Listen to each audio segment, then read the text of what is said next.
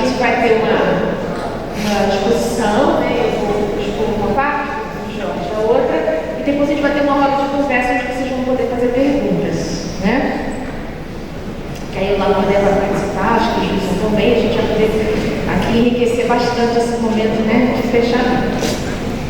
Então, para poder falar desses vínculos familiares, eu fiz um slide aqui pensando na minha família. E essa minha impressão eu queria compartilhar com vocês para a gente poder dela partir para os nossos entendimentos sobre esses vínculos.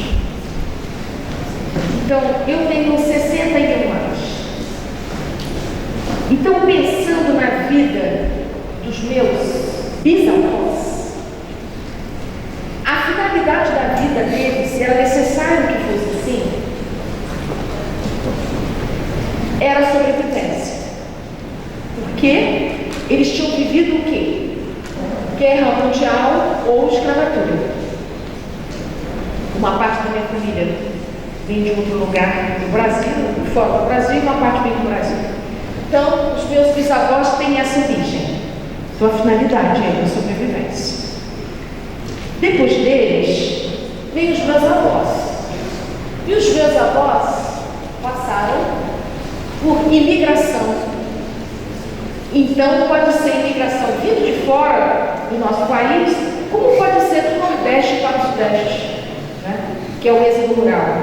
Mesma coisa. A finalidade da vida também era sobreviver. Provavelmente, o que eu estou falando sobre a minha família é o que deve ter acontecido na família de vocês também.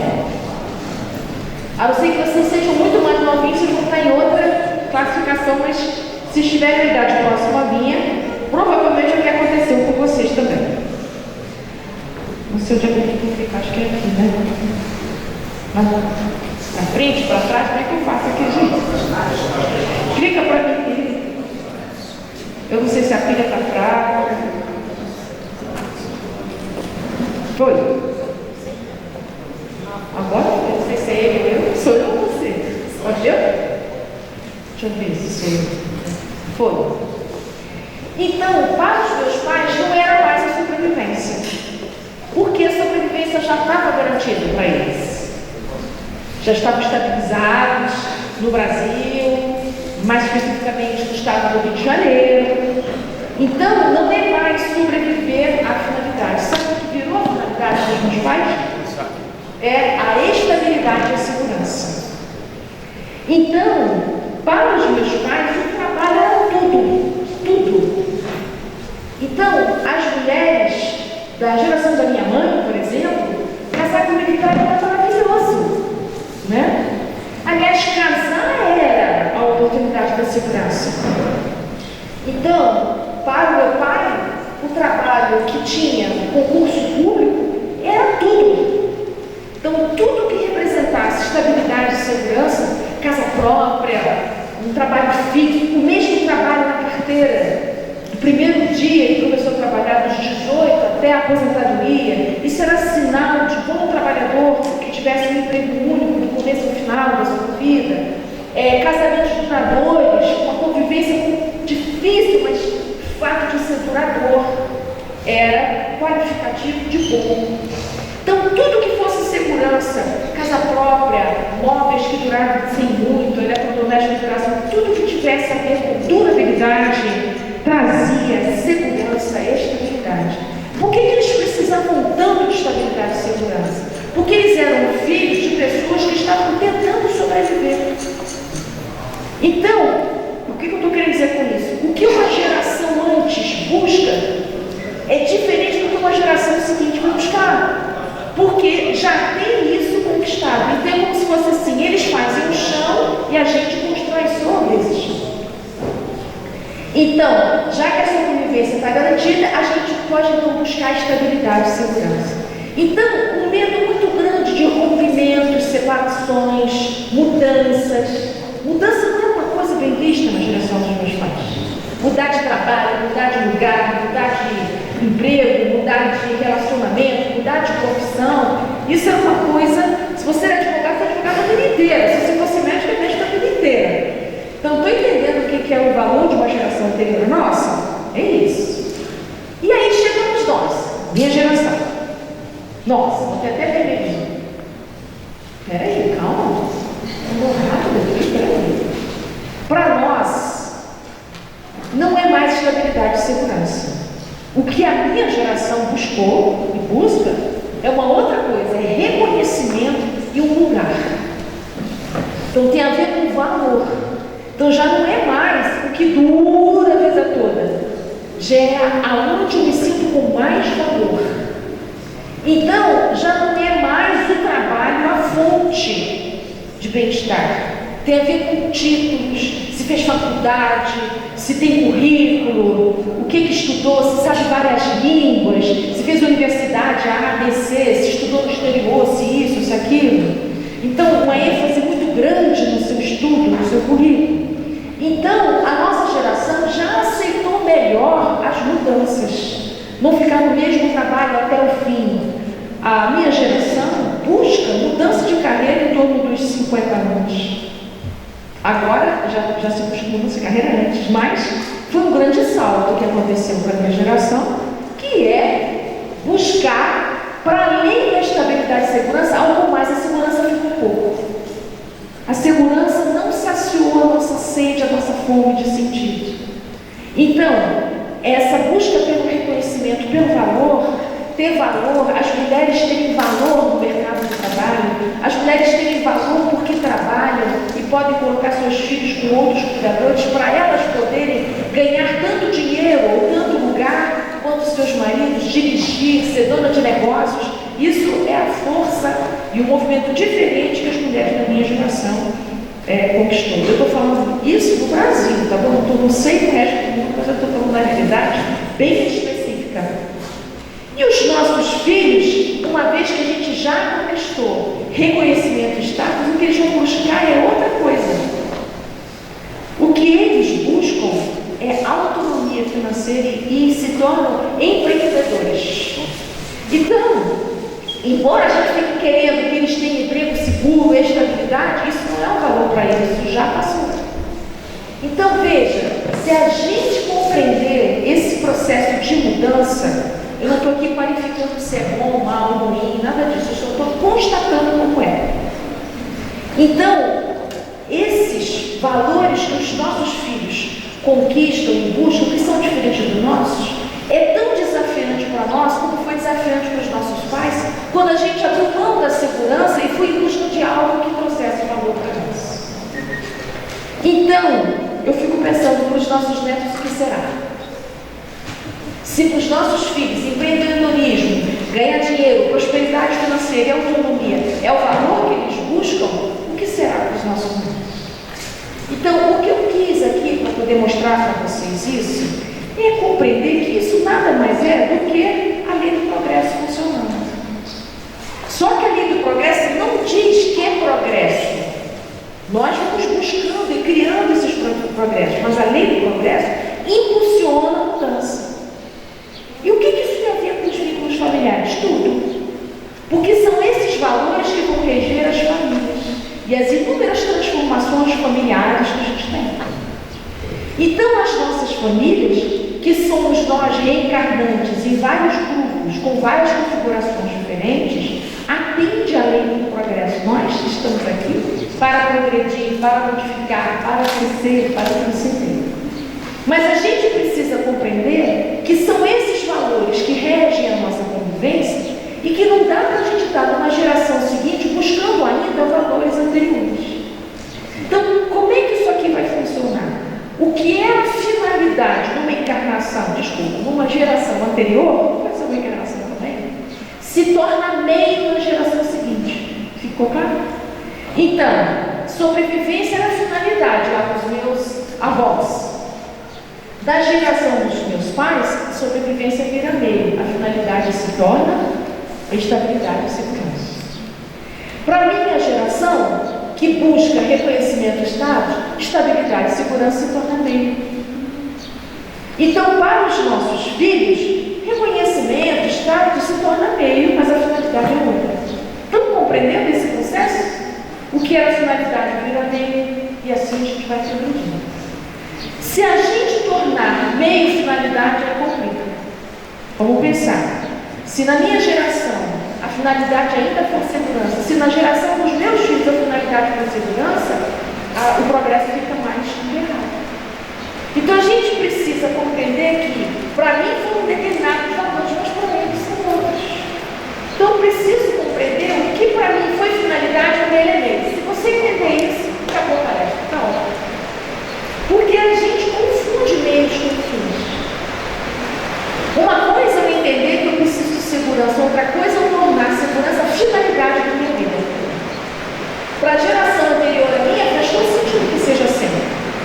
Mas para os tempos que nós estamos vivendo hoje, segurança não pode ser nossa finalidade.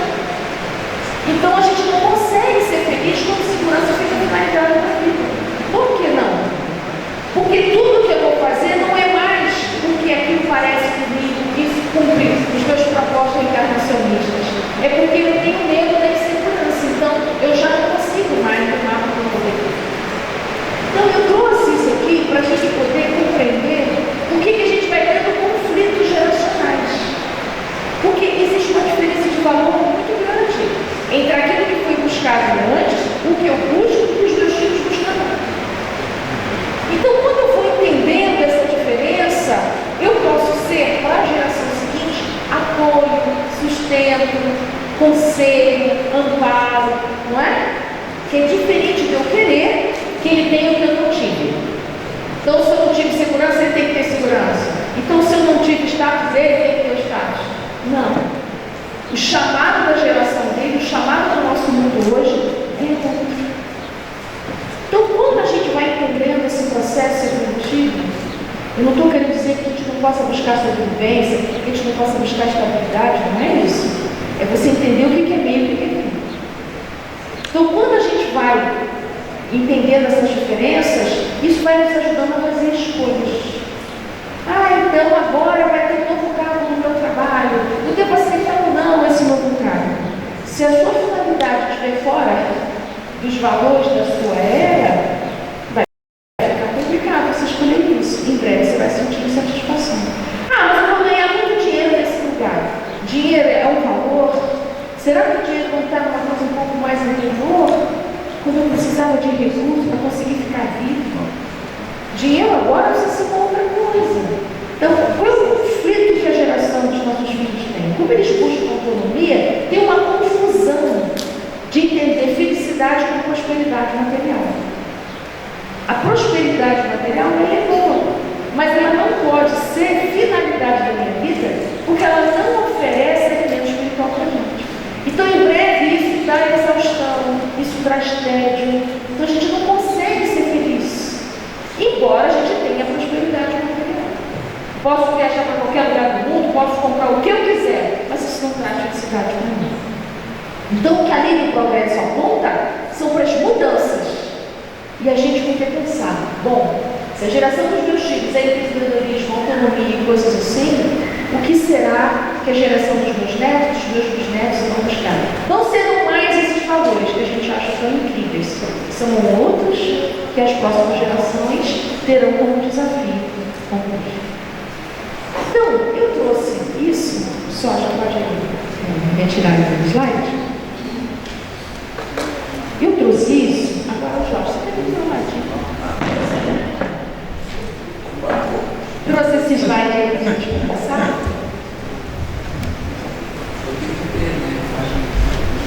Eu tenho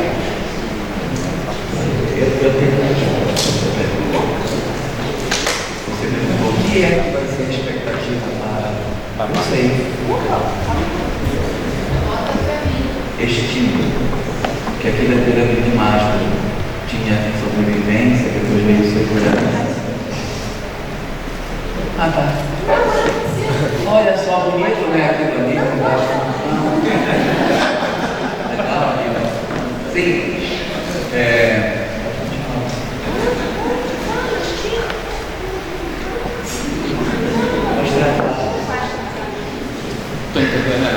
Nós tivemos um psicólogo que tem uma grande penetração também na área de administração, que chama-se Abraham Maslow, judeu. E ele trouxe para nós uma contribuição muito grande na chamada pirâmide de Maslow. Tem 5 camadas. Pode mostrar aí, Thiago. É a pirâmide da hierarquia das necessidades humanas. Isso. Abraham Maslow. Isso mesmo. Vai voltar para cá. É o servil psicossócio espiritual. Eu não tenho mais mala para levar, porque eu já ia levar a balinha comigo. Isso. Aí aqui a pirâmide de Maslow, ela fala das necessidades que a gente tem. Então tem 5 camadas. Uma primeira, que são as necessidades básicas de sobrevivência, aonde está aqui aquilo que a Marcelina estava comentando da geração dos bisavós dela, que é eu sobreviver é suficiente. Enquanto eu não tenho meio de sobrevivência, eu não penso nos outros. Então eu tenho uma segunda camada, que é a camada das necessidades de segurança, em que se eu já consigo sobreviver, agora eu quero proteção e estabilidade, que são os pais dela, que estão atrás de um emprego, de alguma coisa que dê casamento seguro, essa coisa toda. Depois vem as necessidades sociais, que é ser reconhecido no meio social que eu participo, é ter uma possibilidade de ser visto pelas pessoas. E aí depois eu já me saciei dos aspectos externos a mim. Agora eu começo a ver que só ser reconhecido não é suficiente. Eu preciso de estima. Então, a 4ª camada de Abraham Maslow é a camada relativa aos aspectos do afeto. Ouvir que alguém gosta de mim pessoalmente, não é meu grupo social, não.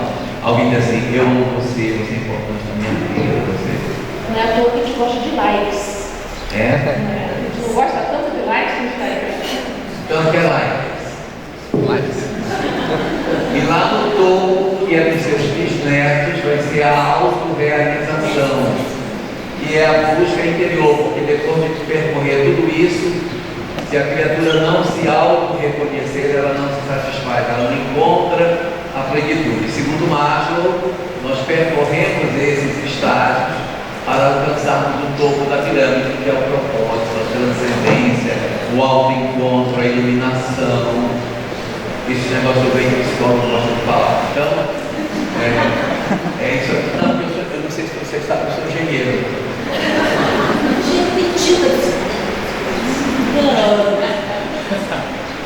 Você leva jeito.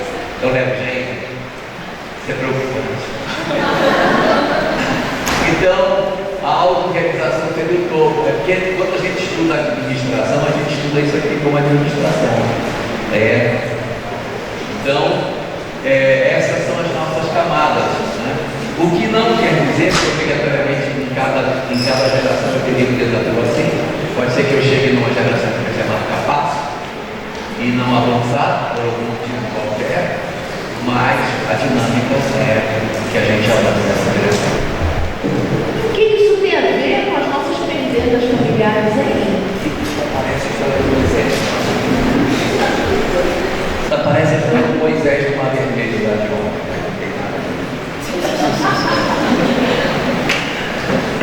Bom, mas o que ocorre conosco?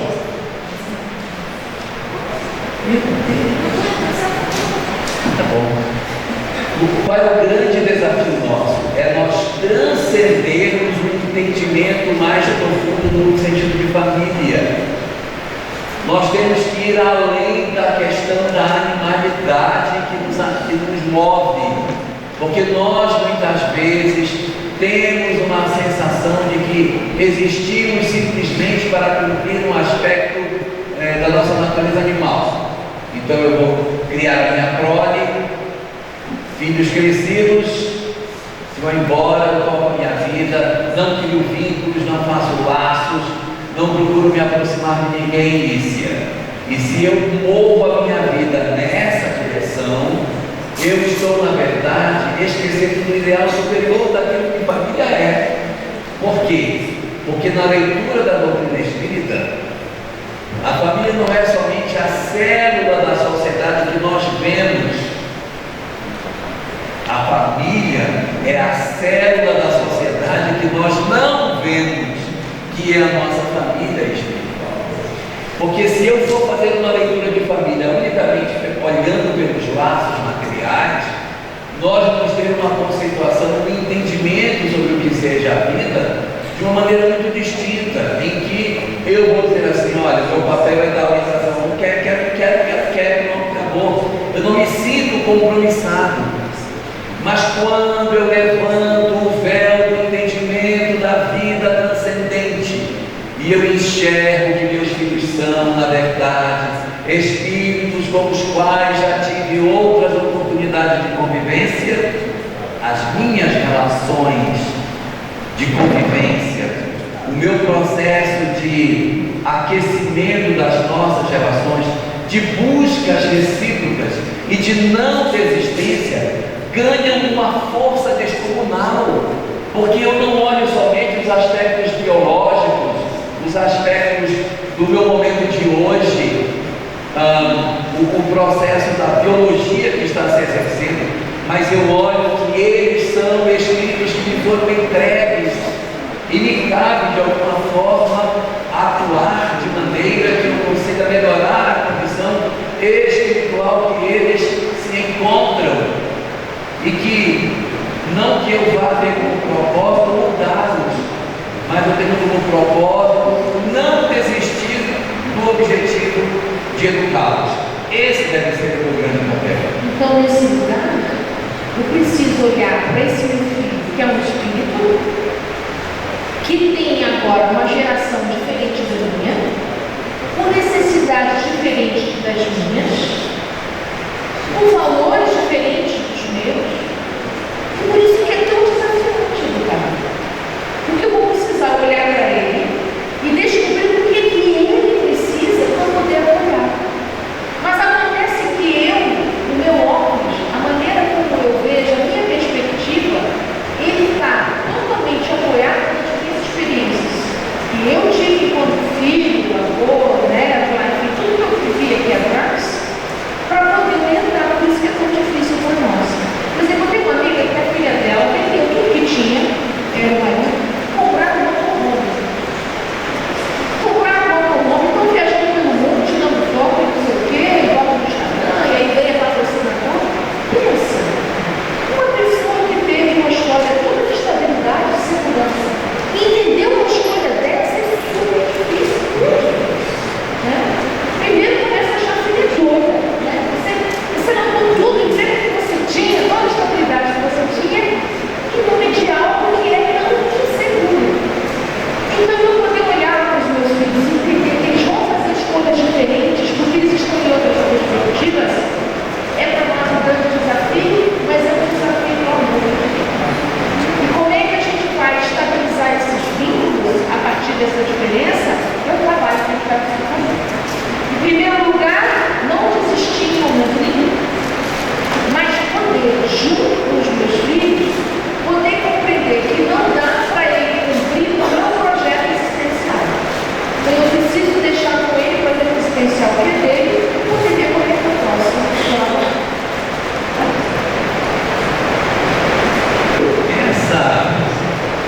Essa necessidade de entender que existe um projeto para mim e que existe um projeto para ele é essencial para o momento em que a nossa sociedade vive, no qual os nossos filhos são convocados pela sociedade em que vivemos a ocupar um espaço no mundo profissional que é deles e não nosso.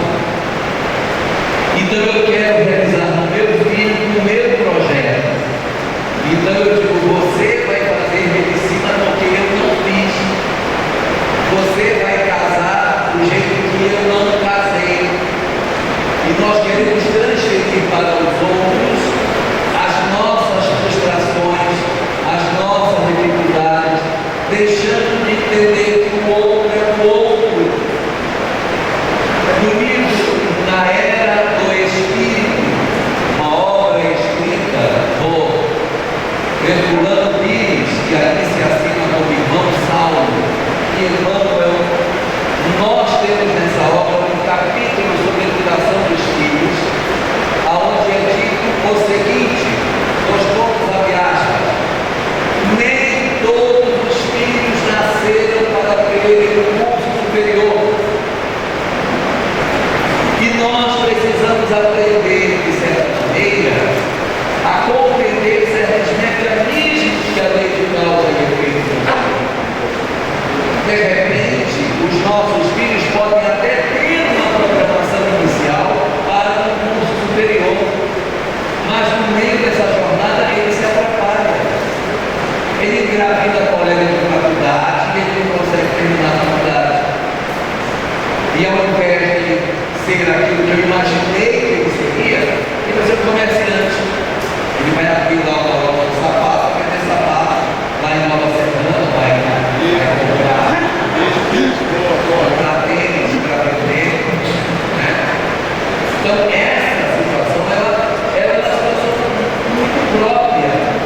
Nós, espíritas, nós temos uma leitura muito equivocada do que é um planejamento espiritual. Nós muitas vezes achamos que o planejamento espiritual é um trilho por onde o espírito vai passar e que a pessoa vai casar com aquela, vai ter aquele filho, vai ter essa profissão, vai ser assim. E não é dessa forma. O planejamento espiritual não é o caminho por onde ele vai passar. O planejamento espiritual, Pedro resgala, não é o caminho, é o melhor caminho.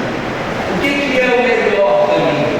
O melhor caminho é aquele onde há mais aproveitamento, onde existe mais aprendizado, mas não é o único caminho que existe. Uma boa comparação sobre como é que funciona o planejamento espiritual é o funcionamento do GPS. Quando você marca um destino, o GPS traça um caminho. Qual foi o caminho que ele traçou? O melhor. E se você perdeu a entrada, o que ele faz? Recalcula a rota. A segunda rota é melhor ou pior que a segunda? É pior. E você perdeu a boca boa. Aí ele vai fazer o caminho alternativo. Pode ser mais longo, mas o destino não vai mudar. O destino é a felicidade. E quanto mais você erra, mais o GPS reprograma, mais os mentores reprogramam o que a gente tem para fazer, sem desistência da encarnação. Sempre o mentor diz assim: cara, cansei, chega, não, errou, reprograma, errou, reprograma. Tem gente que vem com o plano A, vai para o B, vai para o C, e hoje há pessoas de nós que estão no plano H7B9 8BX. Então esse plano já é decorrente de uma quantidade enorme de mudanças que nós vivemos, porque a melhor representação para o que é um planejamento espiritual não é um trilho, nem é uma trilha, é uma teia. Quantos caminhos existem para que nós saiamos do centro da teia para chegarmos à margem dela? Existem vários caminhos. Então os mentores traçam o melhor caminho. Os nossos filhos podem ter o melhor caminho. Nós, quando reencarnamos, trouxemos o melhor caminho. Mas na nossa história de vida, a gente já fez besteira e quer impedir o filho de fazer. Mas nós já decidimos errar, trocamos de curso, trocamos de mulher, trocamos de marido, trocamos de tudo. Tem gente que troca de cidade, sai de Porto Velho, vai para Curitiba. Então, a gente vai trocando, fazendo opções na vida o tempo todo. Tereza falando da mudança que a gente está tendo de ambiente profissional nos últimos tempos, não é? Então, é natural, a gente só precisa saber aproveitar melhor a dinâmica do nosso planejamento dentro das opções erradas e corretas que a gente faz. E aí, eu queria lembrar para vocês, me lembrei aqui do Paulo de Tarso, um momento muito importante da vida dele, quando ele decide voltar às suas raízes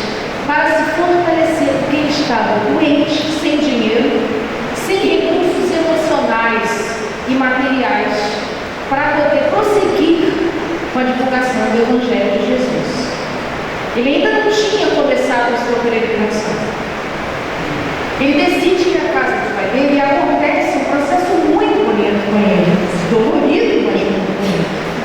Porque ele volta à casa do pai e a notícia que o pai tinha é que ele estava doido. Porque ele era um doutor da lei, que quando passa por aquele fenômeno de ficar cego, todo mundo acha que ele tinha ficado louco. Porque ele começa a pregar e a falar de Jesus e abriu mão de toda a sua superioridade. Então a primeira coisa que o pai faz quando ele chega é: você já se curou? Já melhorou essa doideira, meu filho? Então, porque o pai está nos valores antigos da família dele, ele criou e educou um homem para ser o doutor da lei. E Paulo era o orgulho daquela família, nessa geração agora. E aí acontece um fenômeno que eu queria chamar a atenção, que é em relação à memória. Quando ele chega na casa do pai, ele está muito carente, tá, gente? Afetivamente, ele está sem laços, né? Não tinha mais Abigail, não tinha mais nada, ele estava zerado. Então, quando ele chega para receber aquele afeto paterno, e a mãe já havia falecido, quando ele entra na casa do pai, e o pai começa com essa cobrança tão grande, e inclusive o pai diz para ele: você precisa decidir entre ficar comigo, né, essa vida toda que você tinha como doutor da lei, e esse Cristo que você agora anda seguindo. E aí o Paulo só diz assim: pai, eu e você precisamos do Cristo. E aí o pai conclui: você já fez a sua escolha, então sai da minha casa. Então realmente ele olha para o pai e fica com uma decepção muito grande, porque ele esperava o acolhimento e recebe afastamento, porque ele não estava conseguindo escolher uma vida de acordo com os valores de seu pai. Essa é a dor mais difícil que o filho tem, quando a gente escolhe valores diferentes dos nossos pais. É muito difícil para nós isso. E aí então ele olha para a cadeira onde a mãe sentava, ele olha para aqueles móveis, para aquele lugar, e ele pensa: se a minha mãe ainda fosse viva, eu teria o acolhimento dela. Então ele entra numa memória que o deixa nostálgico, que é: eu gostaria de receber esse acolhimento, agora eu não posso. E quando ele sai da casa, ele fica bem desorientado por onde eu vou, né? Sem saber esse destino. Aí aparece um funcionário do pai com um saco de moedas para ele. E ele fica com dificuldade de aceitar. Será que aceitar é estar de acordo com esses valores do meu pai? Será que eu devo dizer não para poder firmar minha decisão de seguir Cristo? Mas aí a gente já estudou criança ferida ontem. Isso tudo era criança ferida dele falando: também não quero. Rebelde. Mas aí ele reclama: não, mas eu estou precisando, não estou tendo dinheiro nem para comer, não tenho onde ir, onde dormir. E aí ele a recebe com morado e diz para o funcionário agradecer muito ao pai dele e segue. Então, assim, como é que a gente, enquanto filho, lida com isso, com esses valores diferentes dos nossos pais? Então, se eu entrar na rebeldia, fica difícil caminhar. Só interromper você. A atitude do pai dele é uma atitude de amor judaico. Porque eu dou o trânsito, você não merece. Na verdade, faz parte da educação judaica. Sim, você não merece, não te dou condição. Mas o salmo entendeu isso. É uma jogada, coisa do judaísmo. Mas acontece que o livro explicita isso, que ele viu essa ambivalência no pai, né? Ele não pode dizer sim para mim, porque isso seria cumprir com os seus valores, mas ele me diz sim através do saco de moedas, né? Não deixa eu passar necessidade. Eu contei num outro congresso que eu tive com você sobre um rapaz que eu conhecia, eu só tinha metade da história, eu tinha a história inteira. Não acredito. Não acredito, agora eu tenho a história inteira. Porque já aconteceu a história inteira, quando eu contei tudinho. Eu contei no congresso que eu estava junto, rapaz. Mas eu queria, antes de você entrar na história, eu queria fazer só um comentário. Contextualizando essa coisa que a Teresa do Paulo de Tarso, eu queria fazer um paralelo conosco. Vocês viram que quando ele chega na casa, que ele não encontra a mãe, ele diz: se minha mãe estivesse aqui, ela me apoiaria. Então, por exemplo, você tem uma criança que ela perdeu a relação com os pais. E aí tem uma família substituta, ela foi adotada. Aí o menino diz assim, eu quero ir para a casa do meu coleguinha. Aí os pais adotivos dizem, você não vai. O menino pensa, ela não deixa eu ir porque ela não é minha mãe. Porque se fosse a minha mãe me deixaria ir. Então existe nessa relação da família substituta com o adotivo muito conflito em função da crença imaginária de que os pais biológicos seriam perfeitos no atendimento das suas necessidades. Eu tenho vários amigos que têm filhos adotivos, vários. Em Rondônia é gosto. Então, tem uma amiga que ela adotou um garoto. Ele tem mãe. A mãe é sabida. Ele foi retirado da mãe com 5 anos de idade. Então ele sabe o nome da mãe, sabe como que vive. Ele tem a leitura de onde ele é. E ela levou para casa. Ele não se adapta no caso dela. Porque tudo que ela faz, ele diz, eu vou para casa da minha mãe. Eu vou para casa da minha mãe. Ela diz, a minha mãe sou eu. E essa minha amiga tem uma paciência desse tamanho.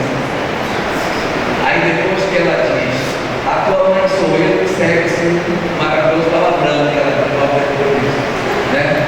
Porque ela não admite que depois de tudo que ela faz para ele mora numa casa super confortável, a suíte é só dele, ela tem uma condição econômica absolutamente confortável, e a mãe mora no lixão, a mãe biológica mora no lixão, e ele diz, eu vou voltar para casa da minha mãe.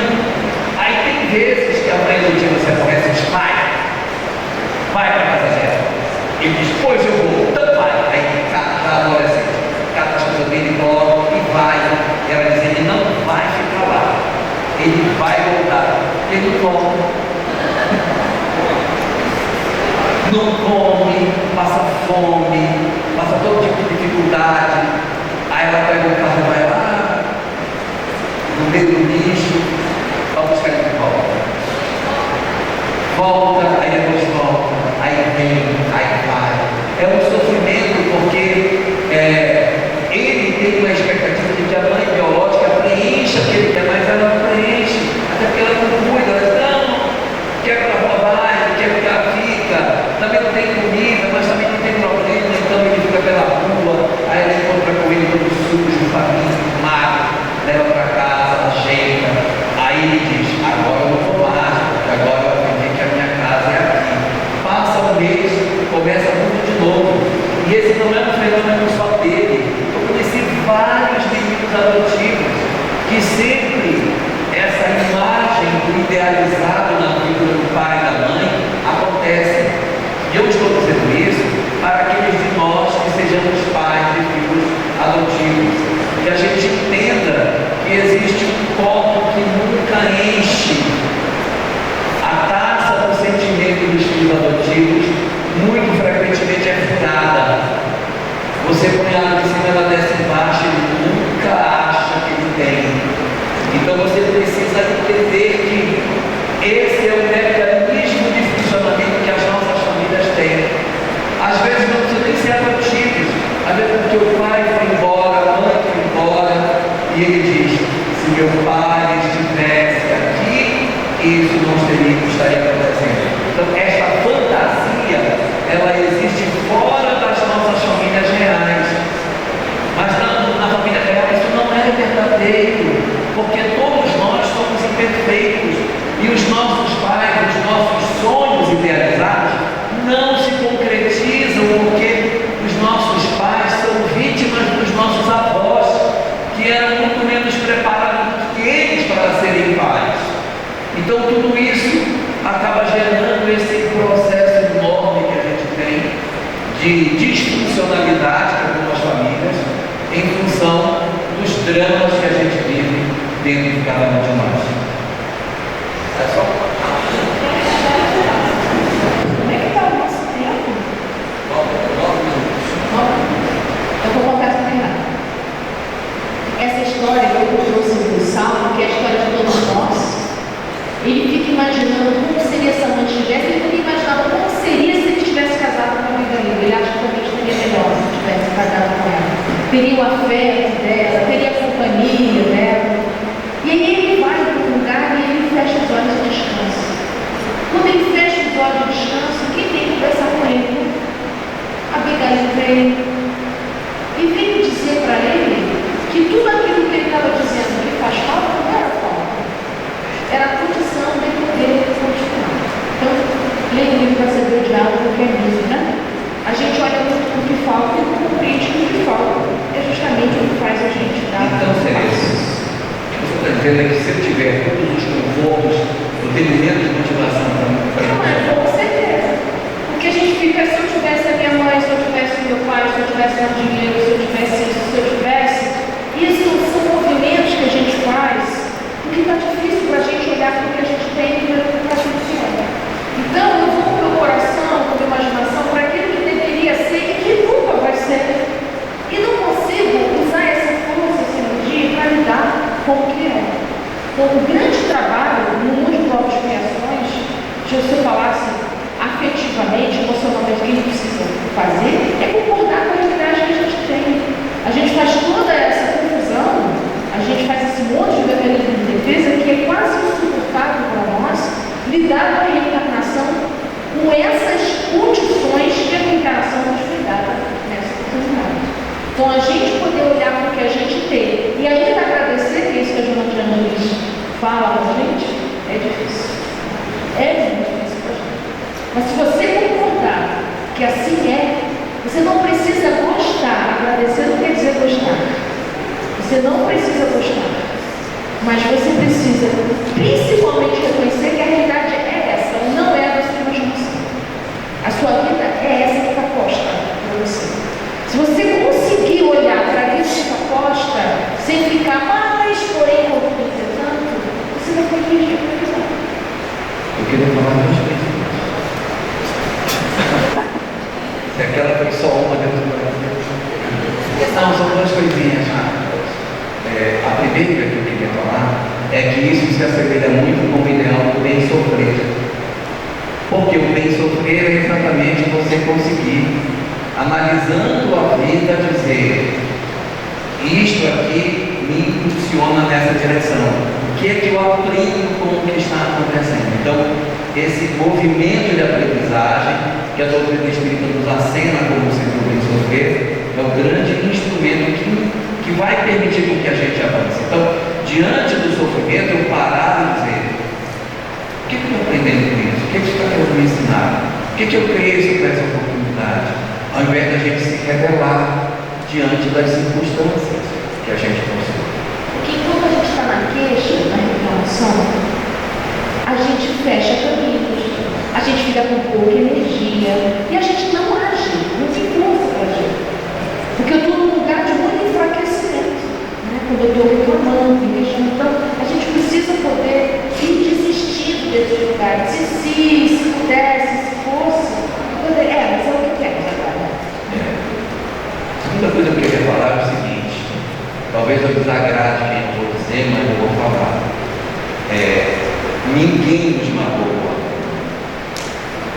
Nós é que nos magoamos com a imagem que a gente faz daquilo que a pessoa não é. Então eu digo, eu não esperava isso de você, mas ele não era assim mesmo. Eu que achei que ele não faria, mas ele é assim. Eu estou, na verdade, lidando como ser real. Então eu caso com alguém e eu quero que o meu marido todo dia vá me buscar no trabalho de cavalo branco, jogando pedras de flores por onde eu passo. E aí ele vem pelo caminho, e quando eu chego em casa as crianças estão todas banhadas. Mamãe, já fizemos a tarefa, já esquentamos o seu jantar. Sente-se, porque depois lavaremos a louça. Então, aí me magoam meus filhos porque não fazem tarefa, me magoam meu marido que não vai buscar cavalo branco, me magoam porque eles não lavaram, mas eles não precisam de lavar. Nós é que criamos expectativas sobre as pessoas. E aí nós nos magoamos, como diz a Marília Mendonça, não é? Me apaixonei pelo que eu inventei de você. Então a gente inventa algo da pessoa e depois padece porque ela não encaixa na caixinha. Ou eu tenho um filho, que este menino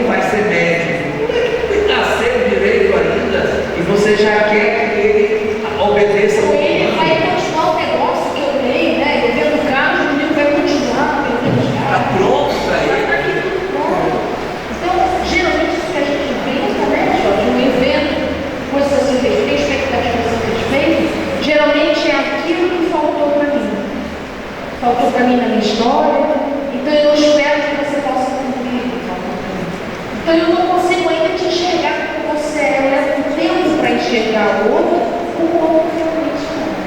E vivemos muitas, né, histórias que não são verdadeiras a respeito das pessoas.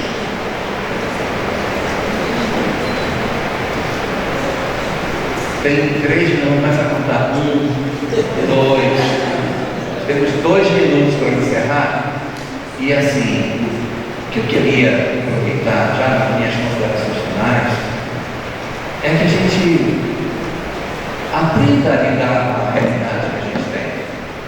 E que a gente aprenda a amar o outro do jeito que o outro é. E que nós não façamos da nossa vida uma expectativa na qual as nossas vidas se distanciem daquilo que o outro de verdade oferece. Uma das coisas mais bonitas que existe na criatura humana é amar aquilo que é imperfeito. É você olhar para a pessoa e dizer, então é cheio de defeito. É cheio do que eu gosto. É cheio de defeito que eu gosto. A minha mãe era minha mãe. É cheio de defeito. Comentei ontem naquela que tira a dentadura e bota dentro do sutiã. Mas é minha mãe real, então a gente tem que aprender a amar as pessoas reais que a gente tem. Porque isso vai fazer a vida ser mais fácil do que eu criar um conto de fadas e aquilo não encaixa na minha realidade.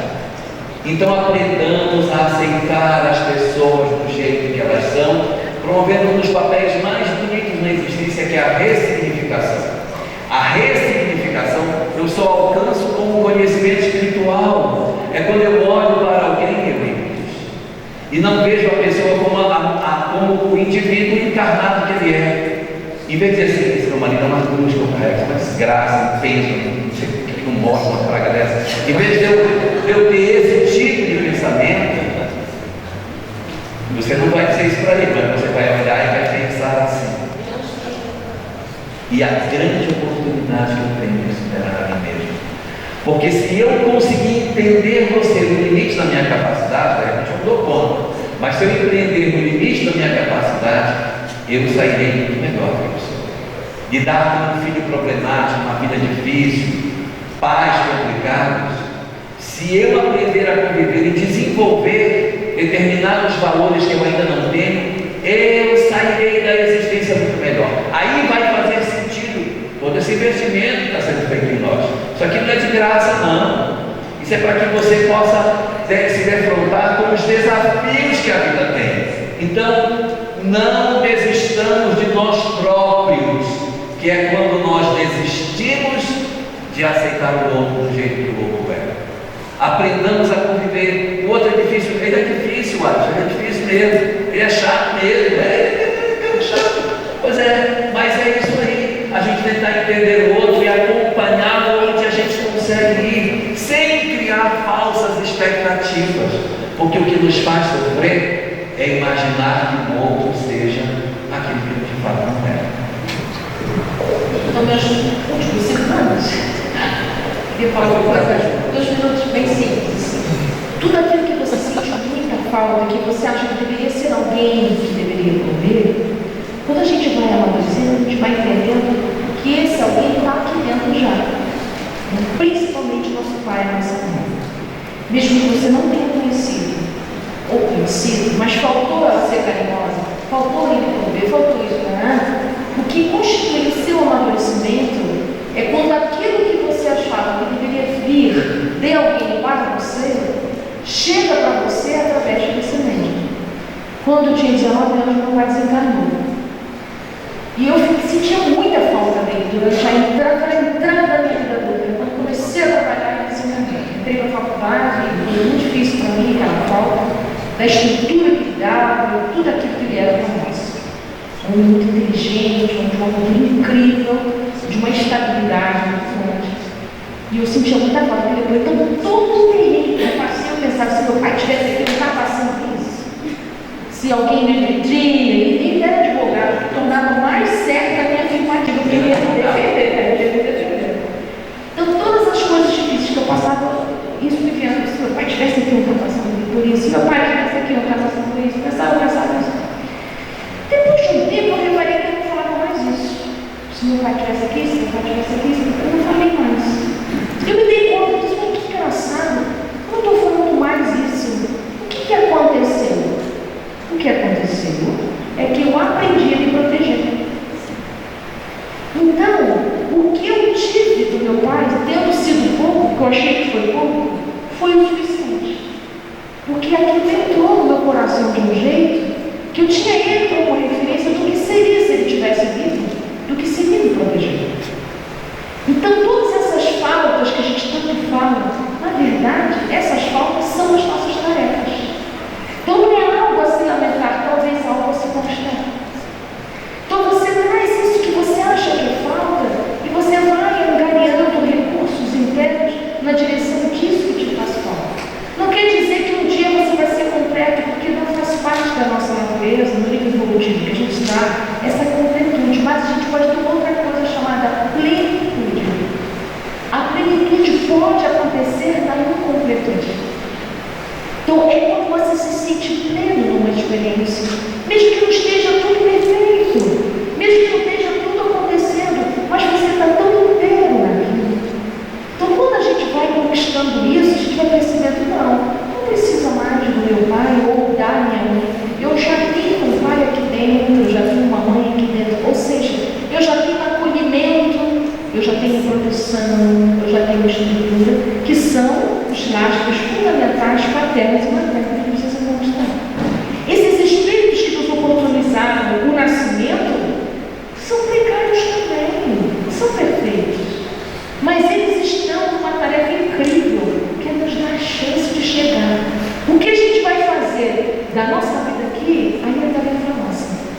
Certa vez, meu filho outro dia falou uma coisa muito bacana. Ele disse assim, sabe, eu entendi aqui uma coisa depois das nossas sessões. Meu pai, meu biológico, me fez chegar na vida, mas o meu pai adotivo me fez ficar na vida. Olha que bonita essa compreensão, né? Então a gente precisa das duas coisas, com o pai biológico não. A gente precisa das duas coisas, oferecer essas duas coisas aos nossos filhos. Oportunizar a chegada no mundo aqui, nesse mundo com a expiação, e ajudá-los a ficar. O quanto o filho vai ficar não está nas nossas mãos, mas a gente precisa ser aquele que sustenta esse ficar. Então, eu desejo imensamente que vocês possam, levar esses recursos que a gente trouxe para o disso. Eu quero falar só uma frase. A bolsa foi achada.